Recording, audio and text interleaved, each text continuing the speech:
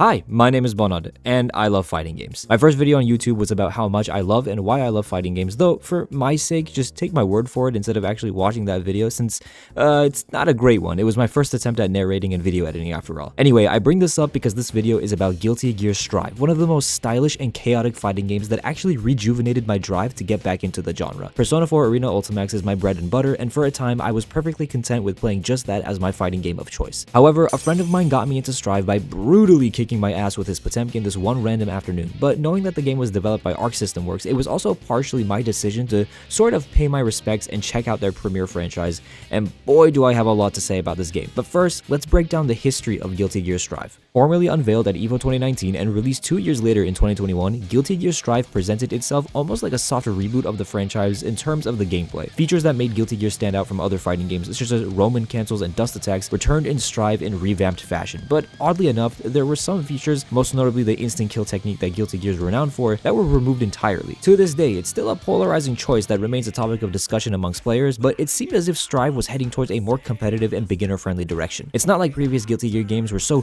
coked up on crazy mechanics that they were competitively inviable or impossible to get into. This series became an EVO mainstay and rang the hearts of many for its gameplay expressiveness and whimsical feel compared to other fighting games that were more grounded. It's the same deal with Persona 4 Arena Ultimax. Although nowhere near as popular as Guilty Gear, it's the same concept where you don't play that game expecting a fair fight. You play that game by first chugging 5,000 milligrams of caffeine and preparing yourself to get touch of death at any point in the match. This is where Strive comes in and removes a lot of what we fighting game players like to call the bullshit factor, to make the game quote-unquote more fair, making it more a contest of skill rather than a contest of who can out-gimmick the other, which also makes the game much more beginner-friendly. Mind you, the bullshit factor still exists in Strive, as it always will with any fighting game, but it is toned down significantly compared to previous titles. Besides this change in gameplay focus, Strive also follows the fighting game formula of adding more characters and tweaking the game's balance post-launch, and currently the base roster of 16 characters is joined by 13 additional DLC characters, with Queen Dizzy as the most recent addition. The whole fighting game monetization strategy is definitely a discussion worth having, but it's also one more fit for its own video because what the actual f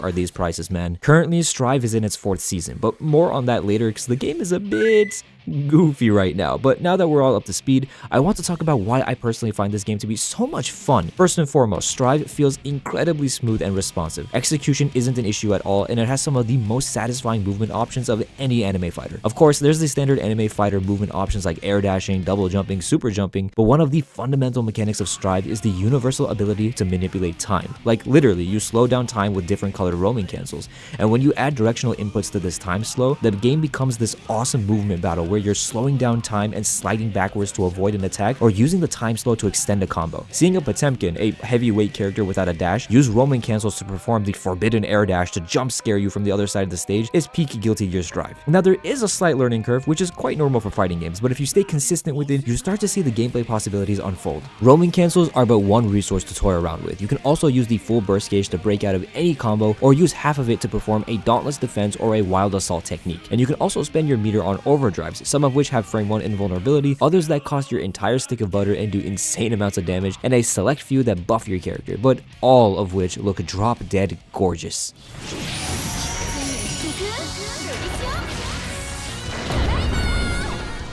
The music especially, this soundtrack is banger after banger. People joke that Daisuke Ishiwatari, the mastermind behind Guilty Gear and also the lead music composer, uses a new entry in the franchise as an excuse to push out another album. And honestly, I think it's gone beyond being a joke. You can feel the passion exuding from each track. On top of the original soundtrack, he also composes a new track for each DLC character, my personal favorite being Elfeld's theme called Extras, which is the track that's playing right now. I adore the gameplay, but Strive has a unique problem where the game doesn't make it easy for me to pick up and play. Let me walk you through what I mean by that. Every time I want to play Strive, I have to first sit through this loading screen, which is not the end of the world or anything. I can open a pack in Pokemon TCG Pocket and get mad when I don't pull anything for the 1000th time. When I'm finally in the game, I want to first start with a quick 15-minute training mode session, because as the great fighting game content creator and commentator Sejam once said, training is like brushing your teeth. You do it for 5 to 15 minutes before you start playing, and you also wind down for another 5 to 15 minutes after you're done for the day. So I hop into training mode and start practicing my combos, maybe refreshing my memory of the inputs a little bit as well. Perhaps I'm feeling a little spicy and want to try learning a new character, but there's a core feature crucial to learning a new character or certain matchups that's missing from Strive. Here's a side-by-side comparison with another ArcSys game, Grand Blue Fantasy vs Rising. Can you spot the difference? That's right, Strive doesn't have frame data display, at least not in this fashion. To get exact frame data information, you'd have to experiment quite a bit on your own in training mode, install a mod, or use an external source like Dustloop Wiki. To me, having frame data display is an arguably fundamental feature to modern day fighting games, so Strive can feel dated in that regard. A smaller nitpick is that the game uses Xbox input display on PC, even though my controller of choice is a PlayStation 5 DualSense. Again, it's not the worst thing in the world, but it does make translating inputs just slightly more tedious. And I mean, Granblue has PlayStation inputs and frame data, so why can't Strive? Both of these issues can be patched up with some very handy community mods, so that removes that problem. Now that I'm all trained up and ready, I want to hit some skill-based matchmaking, but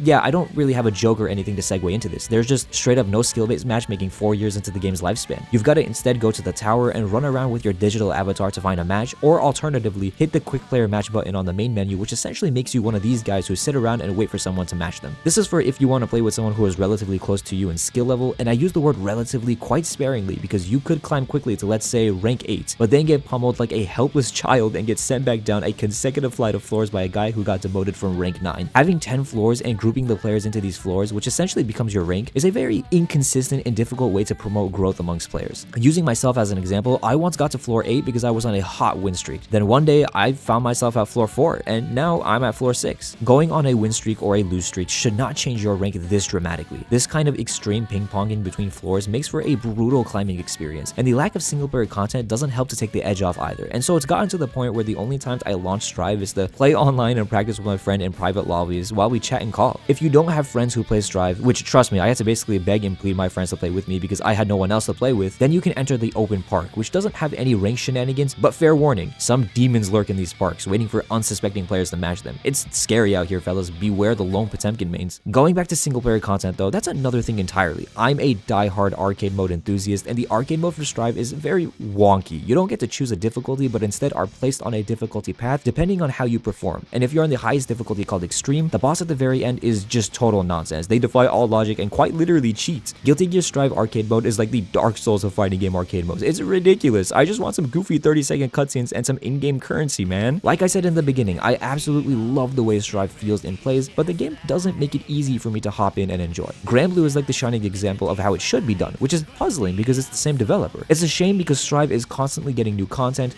balance changes, and core gameplay features that I want to experiment with. But then I remember the tower, that goddamned awful tower, and I think to myself, you know what? I'll just wait for my friend to get on and play that way instead. Strive recently entered its 4th season with the release of Queen Dizzy, and I bring this up because the patch introduced the biggest roster overhaul in the game's lifespan, which I think is a good thing. It breathes new life into the game and gives players more reason to invest and learn. However, at the same time, some characters definitely won the lottery and went from pretty good to absurdly good. Meanwhile, other characters didn't get the changes that were anticipated from the reveal trailer for Season 4, and most remained about the same level, while a couple handful went up a tier or two. And then there's Ramlethal Valentine, who had a game-breaking bug which elicited the 1000th "I'm quitting this game" Twitter response from Leffen. Personally, I think the unstable nature of the game at the moment is a really funny thing that I actually want to plunge straight into because I know for a fact it'll be patched pretty soon. Even though I'm not too distraught about the Season 4 changes, imagine someone who has the same underlying problem as I do, where they struggle to launch Strive due to some missing key features, yet they really want to play, but then they see the dumpster fire of content creators critiquing Season 4,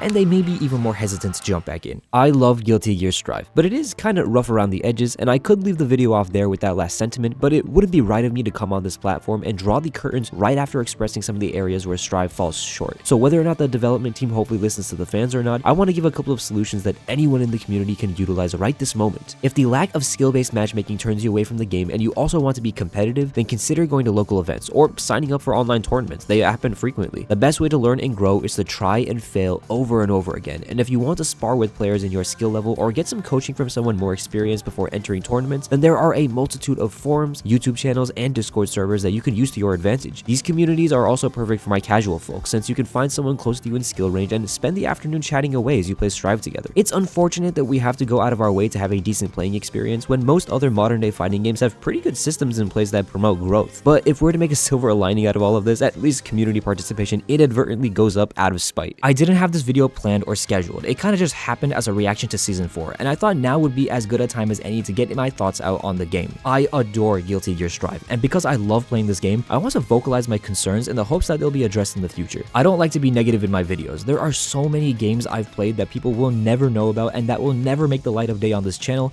because I don't want to make a video on something I disliked. It's just not my cup of tea, and I'm perfectly fine with knowing that. I move on to the next game. Strive is a game I love dearly, and because I love it so much, I view expressing my concerns as a way of campaigning for change. And if this post by the developers is anything to go by, I think it's working. We've still got a whole season pass ahead of us to make some meaningful changes, and a rather fever dream looking season pass too. This has got to be the weirdest mix of characters I've ever seen, but hey, I'm all for it. I'm hopeful that they'll smooth out the balance for season 4, although I'm less hopeful for other things like skill-based matchmaking or proper frame data in training mode, because if they haven't implemented these things within the past 4 years, then why would they do it now? The hope is still there, just not as bright as it once used to be. Thank you guys so much for watching, and I'll see you in the next one.